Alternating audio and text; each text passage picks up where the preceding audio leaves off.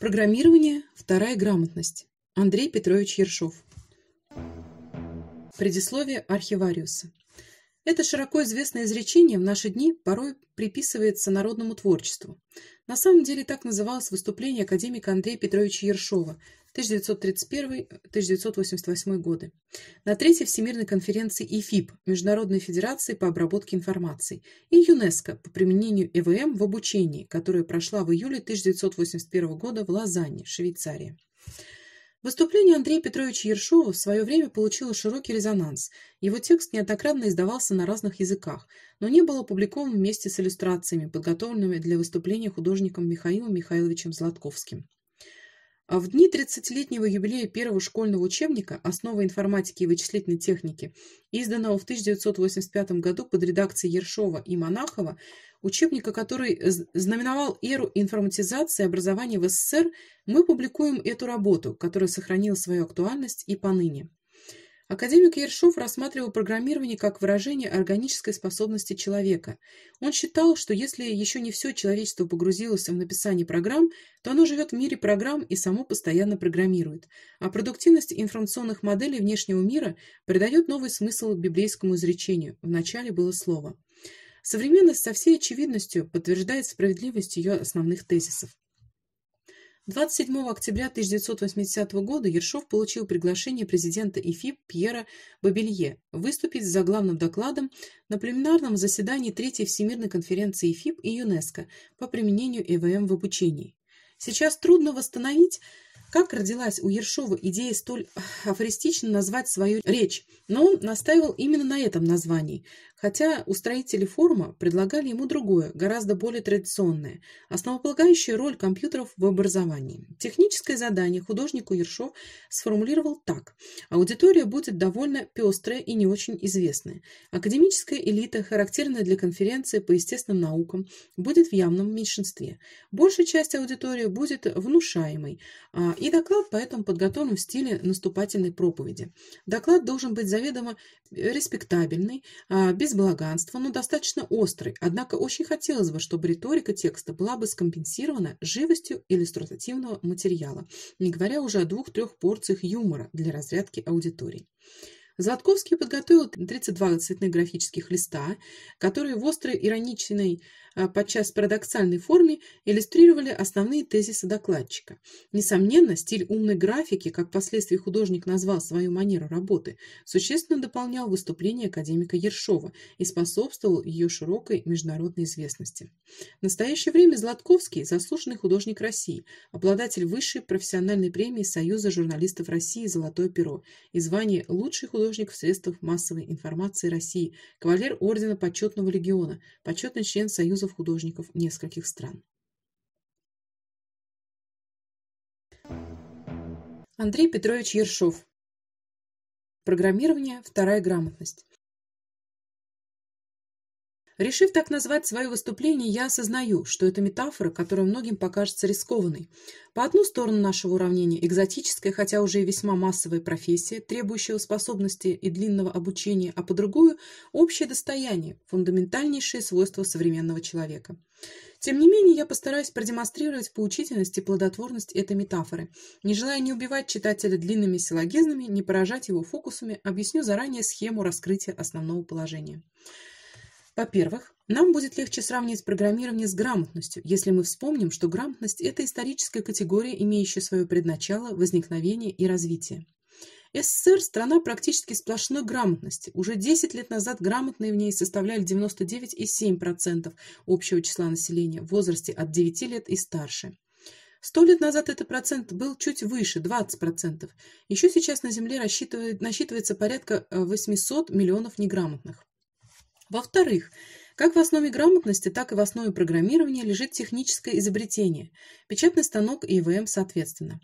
Если развитие и распространение книгопечатания привело к всеобщей грамотности, то развитие и распространение ЭВМ приведет ко всеобщему умению программировать.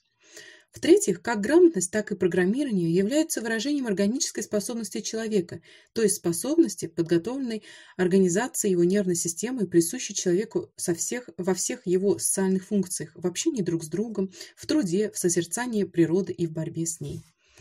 В-четвертых, и это, пожалуй, самое главное, грамотность и программирование не только выстраиваются в параллели, соединяясь мостиками аналогий, но и дополняют друг друга, формируя новое представление о гармонии человеческого ума. Этот тезис заслуживает того, чтобы, хотя и без подробностей, но быть раскрытым немедленно. Мы привычно понимаем грамотность как способность человека воспринять и выразить знания в текстовой форме. С детства мы слышим простые и емкие слова Максима Горького: «Любите книгу – источник знания». Однако остается проблема, как перейти от знания к действию. «Сообразуйте действие со словом и слово с действием», говорит один из героев Шекспира. Вот здесь и возникает программирование. В докнижний период единство слова и дела осуществляется естественно и постоянно. Накопление опыта и знаний было совмещено с прямым и постоянным контактом старшего учителя и младшего ученика. Конечно, это была не оптимальная схема обучения, так как при этом сужалась база для формирования общих понятий и построения теории предмета обучения, но зато и не возникало проблем перехода от знания к действию, поскольку момент истины ощущался не умственным озарением, а достижением цели. Как мы сказали бы сейчас, обучение было предметным. Появление книги нанесло сильнейший удар единству слова и дела, отделило процесс накопления знаний от их применения, создало новые формы жажды и знаний и новые ощущения постижения истины.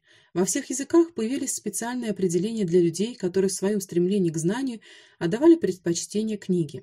Во всех этих выражениях от книжного ума до яйцеголовых был оттенок пренебрежения, в целом несправедливого, но иногда и заслуженного. Как сказал Монтень уже в XVI веке, ученость чисто книжного происхождения – жалкая ученость. Действительно, обнаружилось, что книжное накопление знаний требует новых подходов к формированию исполнительных механизмов человека. Это означает, что задача программирования появилась задолго до появления ЭВМ. Появление ЭВМ актуализировало проблему программирования так же, как книгопечатание актуализировало проблему грамотности. Если вторая проблема привела к появлению Яна Амоса Каменского и его великой дидактики и материнской школы, заложивших основу современной школы, то первая проблема – это вызов нашей аудитории. И я горячо надеюсь, что она выдвинет великого учителя, который вооружит поколение, вступающее в 21 век, видением школы будущего. Грамотность и способность к действию сами по себе еще ничего не значит. Развитие только одной из них еще не решает проблемы. В этом противопоставлении трудно сказать, от чего мы страдаем больше – от невежества или бездеятельности. Еще Гёте предупреждал: нет ничего страшнее деятельного невежества. Однако наш опыт подсказывает, что это произрастает только при дефиците активной жизненной позиции образованных и культурных людей. Мы знаем, что грамотность – это не только умение читать, но и воспитание интеллигентного человека. Похоже, теперь нам нужно потребовать от образования большего. Вот почему я позволю себе закончить введение дополнительным тезисом о том, что вторая грамотность – это не только умение писать команды для машин, но и воспитание человека, решительного и предусмотрительного вместе. Мир книги. Вернемся снова к отправной точке раскрытия нашей метафоры – к книгопечатанию, более точно к ее продукту книги. Я позволю себе сделать небольшую выдержку из энциклопедического словаря, поскольку лаконичность их текстов придает им особую выразительность. Книга – печатное произведение, в старое время также и рукопись, в форме сброшурованных и переплетенных вместе печатных листов. В средние века книги переписывались в монастырях монахами и имели главным образом религиозный характер. С развитием городов, сменившие монахов городские писцы, переписывали и светские книги. Настоящий поворот в книжном деле произведен книгопечатанием, изобретенным в середине XV века. Отливка шрифтов, изобретение скоропечатающей машины, стереотипы, применение наборной и ротационной машин превратили книгу в могучее средство распространения знаний и подъема культуры. Малый энциклопедический словарь, Москва, Советская энциклопедия, 1936 год. Мне бы хотелось верить, что наше трудное дело создания ВМ и их программирования когда-нибудь будет подытожено далеким потомкам в столь лапидарных и эпических строчках. Мне довелось прочитать несколько сочинений, посвященных истории книги и развитию грамотности. Это в высшей степени интересная глава в истории нашей цивилизации. Несмотря на то, что установление книгопечатной и вычислительной техники разделены периодом в 5 столетий, их сопоставление, особенно если выровнять временные масштабы, с учетом разницы скоростей и пропускной способности коммуникационных каналов, обнаружит много сходства и технического, и социального характера. В способах книгопечатания мы найдем смену поколений, основанную на изменениях производственной базы и технологических процессов. Так же, как и в вычислительном деле, мы познакомимся с историей становления больших производящих компаний со всеми типичными компонентами массового производства, неустанная ассимиляция технических новшеств и их переплавка в общепринятые технические стандарты, организация рынка и сбыта, драматические столкновения в сочетании с неотъемлемостью сосуществования большого и малого бизнеса, пыление вторичной индустрии исходных материалов и компонент. С историей технической идет рука об руку история социальная. Появляются авторы и издатели, книготорговцы и читатели.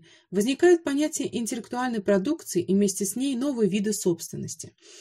Информация становится товаром, особенно интересной и, как ни странно, слабо изученной с позиции современных представлений главой социальной истории книгопечатания является формирование массового пользователя, читателя. Взаимообусловленность развития книгопечатания и необходимой для него всеобщей грамотности, совокупное их влияние на становление и реализацию концепции всеобщего образования, массовый характер всей этой деятельности – вот тема, ждущая своего исследования, вот те процессы, которые нам предстоит пережить в связи с внедрением ЭВМ во все сферы человеческой деятельности. Приведем лишь некоторые данные, которые характеризуют темп, размах и взаимообусловленность развития книгопечатания и грамотности. Появление первых изданий изобретателя печатного станка Иоганна Гутенберга датируется 1445 годом, латинская грамматика о 8 частях речи Юлия Доната и знаменитая 42-строчная Библия. Еще не истек 15 век, а уже в мире работало свыше 1000 типографий, выпустивших около 10 миллионов экземпляров книг, почти мгновенно превысив наличный фонд рукописных книг.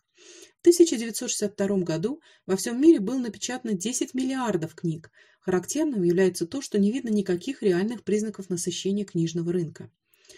Данные 1962 года говорят, что каждый житель Земли приобрел в среднем 2 книги. Средняя семья в СССР покупает в год около 30 книг и готова покупать больше. Простая экстраполяция этих цифр дает оценку потенциального книжного потребления для нынешнего населения в 40 миллиардов книг в год. Есть, как мне кажется, глубокие аналогии между книгой и ЭВМ как продуктом и их общие отличия от остальных изделий. Все остальные изделия носят специализированный характер, рассчитаны на некоторую функцию. Отношение объема производства такого продукта к числу потребителей выражается малой константой. С книгами и ЭВМ дело обстоит по-другому. И книги, и вычислительные машины являются носителями информационной модели внешнего мира во всем его разнообразии и изменчивости. Здесь не приходится рассчитывать на то, что пытливость и любознательность человека найдут свой предел. Я позволю себе еще раз коснуться опыта СССР, чтобы показать взаимозависимость между грамотностью и книгопечатанием за последние столетия, данные по изданиям советской энциклопедии. Если мы поверим в справедливость наших аналогий, то тогда анализ этой таблицы даст нам некоторое представление о размахе и объеме работы, которую надо предпринять для подготовки встречи мира ЭВМ с миром людей. Мир ЭВМ.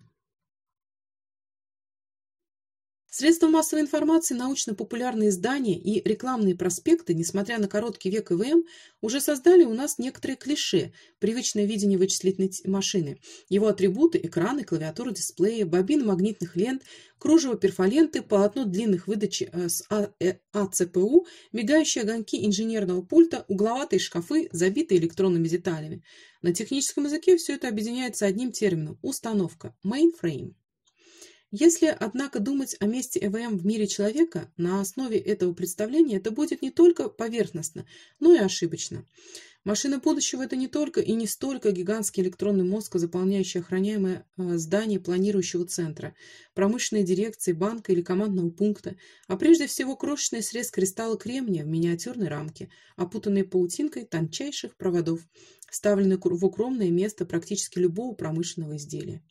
Естественно, вы поняли, что речь идет о микропроцессорах, которые хотя и появились всего чуть больше 10 лет тому назад, но уже производятся десятками миллионов штук в год.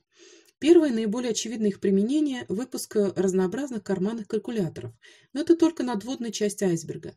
Появление и развитие микропроцессоров, по моему глубокому убеждению, самое революционное техническое новшество XX века.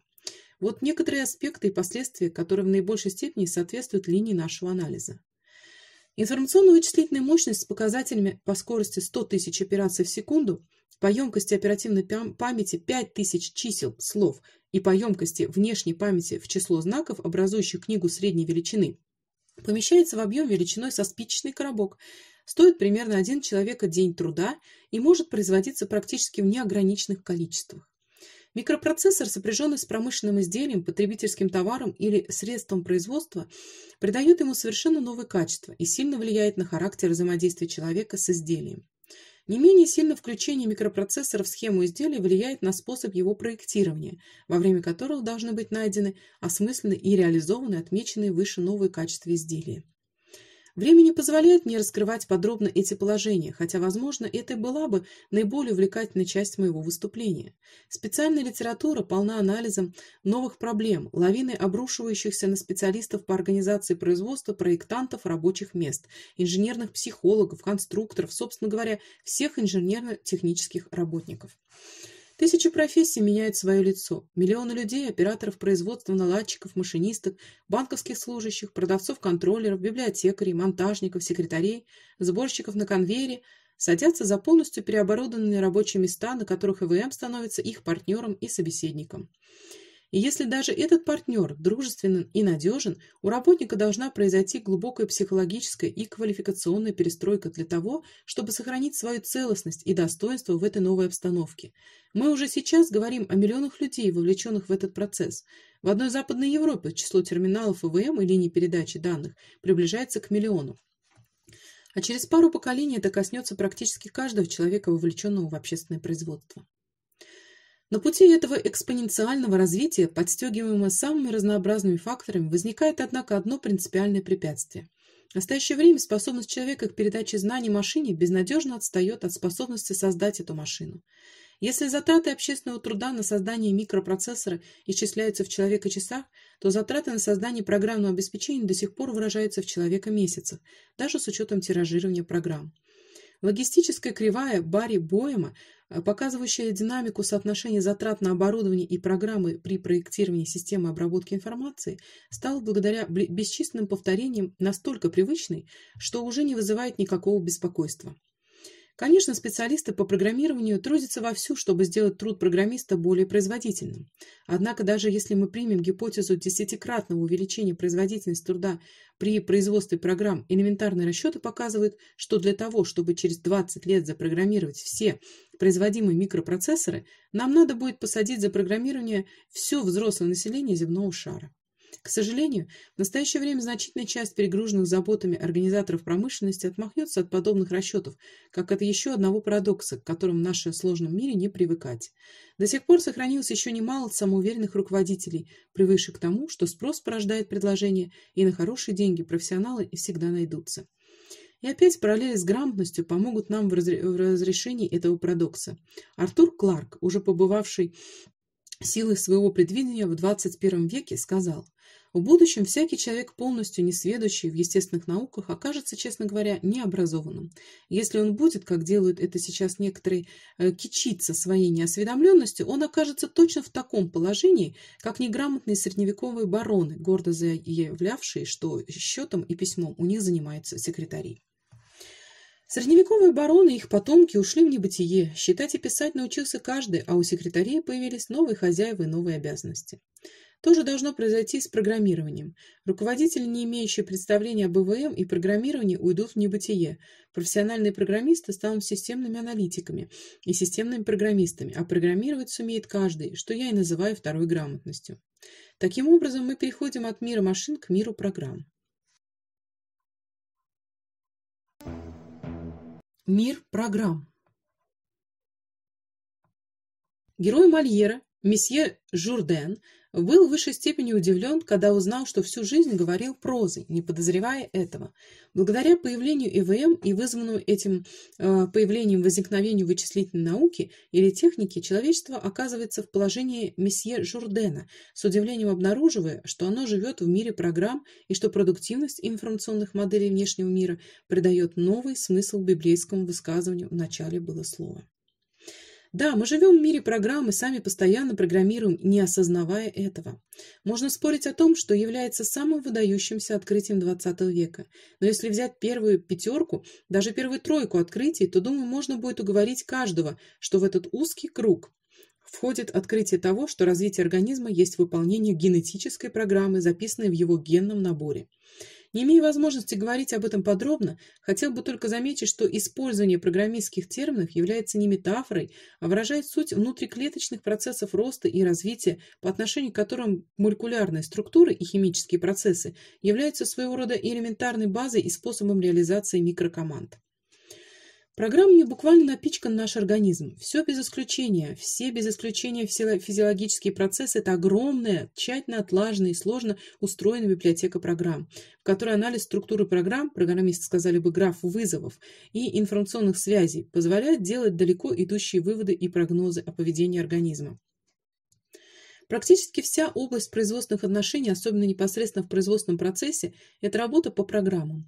Устойчивый производственный процесс всегда внутренне формализован. Его эффективность зависит от степени отлаженности программ, выполняемых людьми. Даже если процесс стохастичен, например, охота на вождение автомашины, случайность и непредсказуемость сказывается лишь на выстраивании цепочки ситуаций, но не на реакциях на эти ситуации, которые осуществляются по программе, почти всегда выполняемой в автоматическом режиме.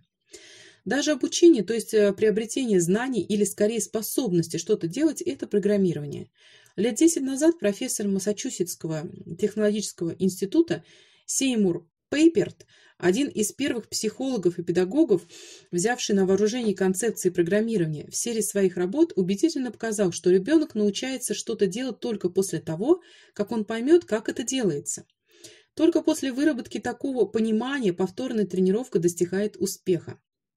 Заметим, что это касается не только программ, представляющих собой цепочки логических реакций на заранее известные стимулы, но и программ реального поведения, включая всяческую моторику, спорт, музыка, игры и тому подобное.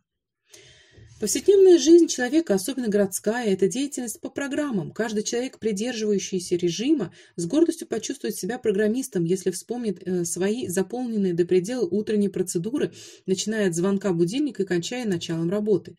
Поразмышляйте над процедурой уборки в квартире, и вы увидите, что разработка этой программы сделает честь любому профессиональному программисту, составителю пакета прикладных программ. Мы жалуемся на социальные болезни века, в частности, абсентеизм, пассивность, радуемся за формирование активной жизненной позиции. Что это такое? Попросту говоря, это способность выработать программу действия и следовать ей.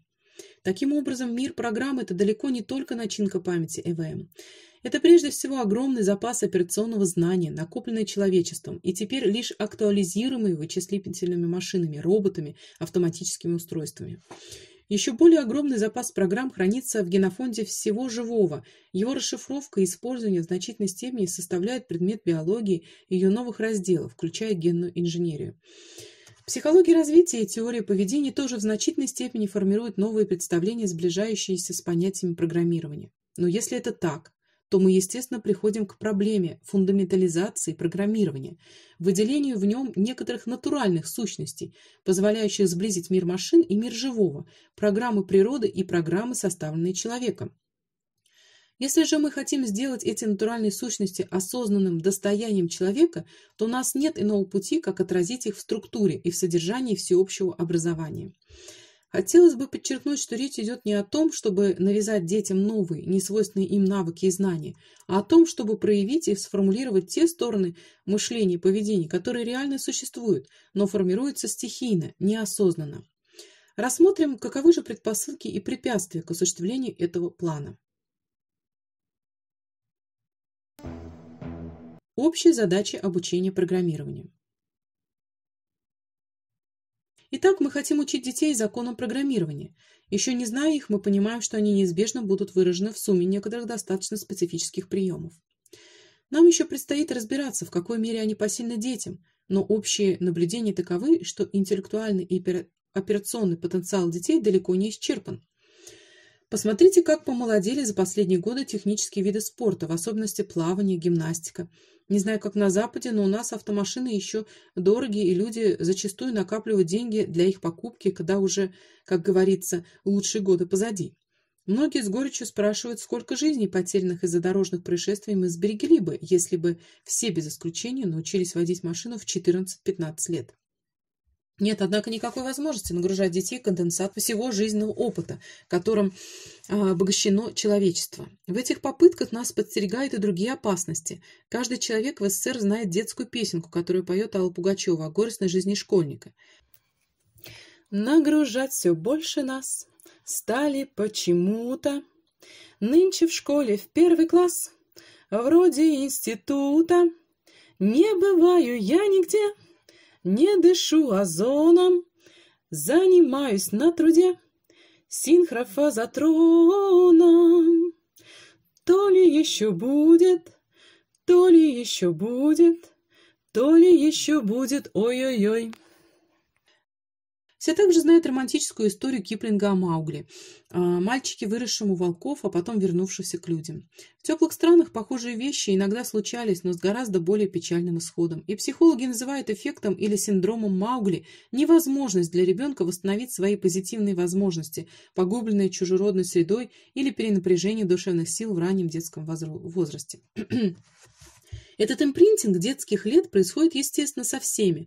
Можно сказать, что каждый из нас является Маугли своего детства. Все дело в том, что с нами происходит и чему нас учат в эти годы. В последние десятилетия психологи развития сделали немало важных наблюдений, подчеркивающих критическую важность раннего возраста в процессе обучения.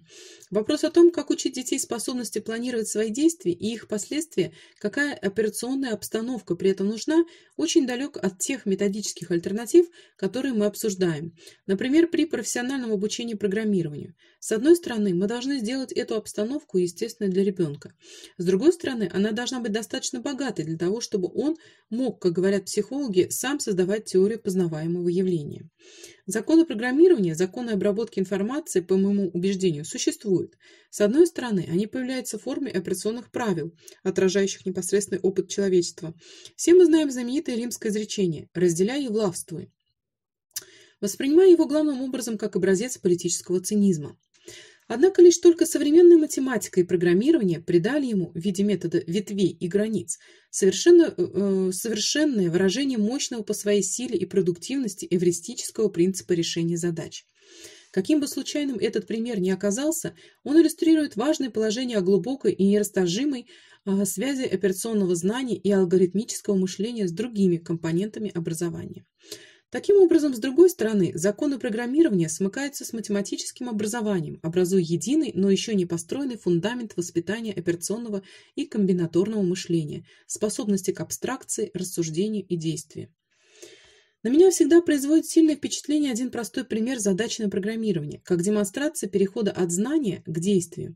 Я выпишу последовательные этапы перехода от спецификации, выражающей знание, к программе, выражающей действие, для задачи возведения числа x в целую степень n.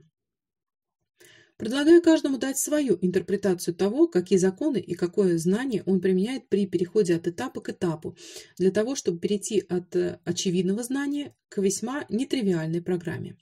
Хочу лишь сказать, что если бы мы умели в таком стиле строить любую программу, да при этом, рассуждая вслух, комментировать это построение, то это и была бы фундаментализация программирования, о которой мы мечтаем.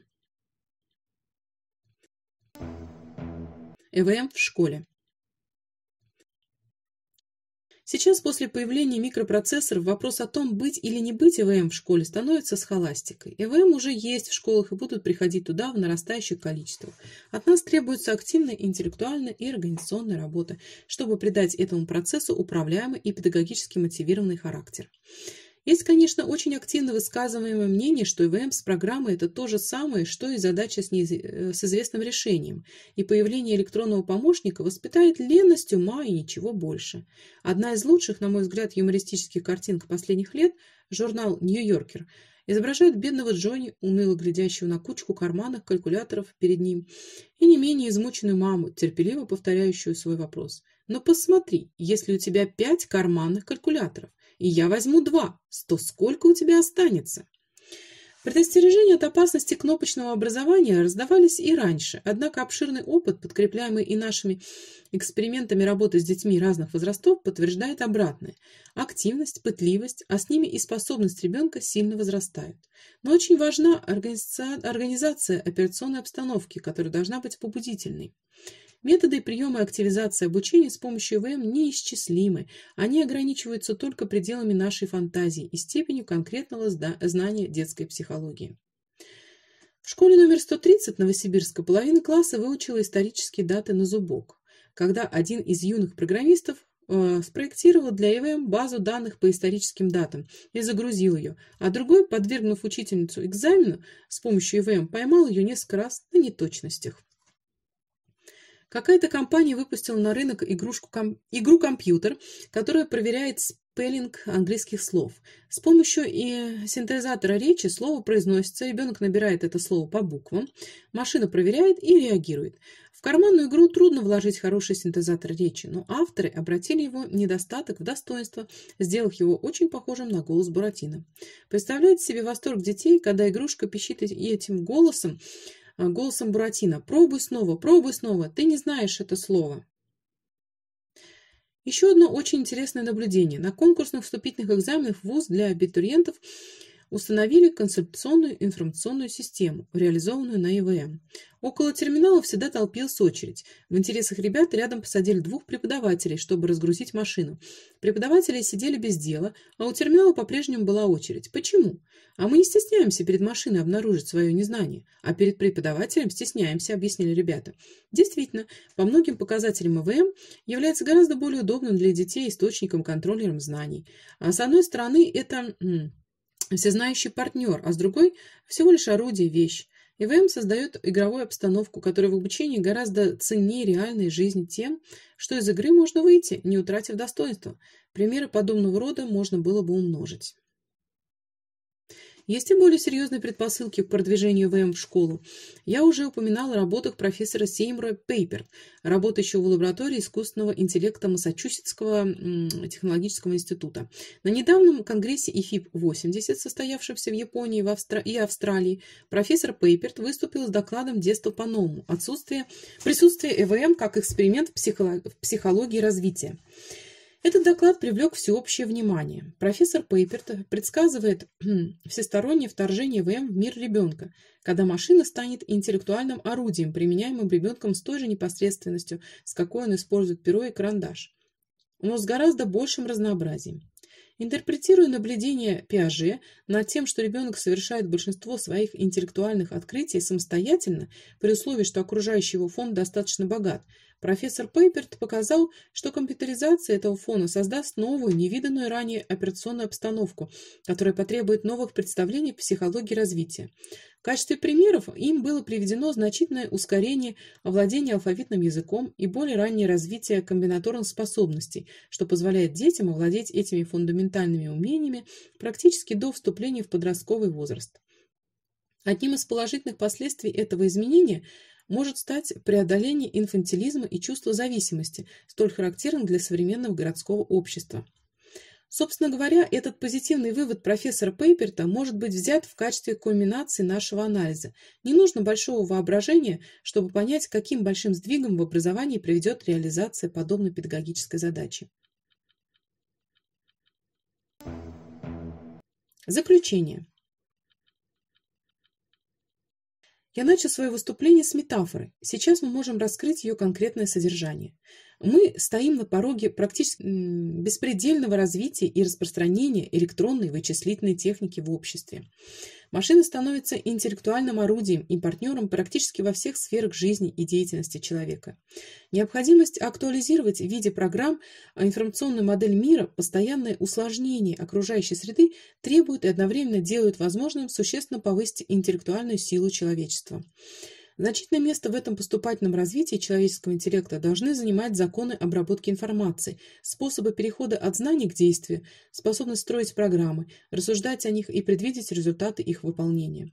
Сумма знаний по этим вопросам должна подвергнуться тщательному концептуальному анализу и в объединении с математическими и лингвистическими концепциями стать фундаментальной компонентой общего образования.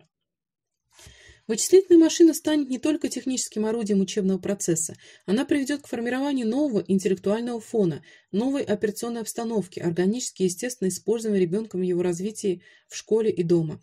Возможности, предоставляемые машиной, и новые задачи образования неизбежно окажут заметное влияние на основные положения психологии развития, сложившиеся дидактические принципы и формы обучения. Их реализация ускорит интеллектуальное созревание ребенка, повысит его активность, сделает его лучше подготовленным к профессиональной деятельности, в частности, к осуществлению второй индустриальной революции, вызванной появлением ИВМ и новых форм автоматизации. Другими словами, программирование – это вторая грамотность. Это по-прежнему метафора, но которая, как мне кажется, наилучшим образом фокусирует цели и содержание нашей конференции.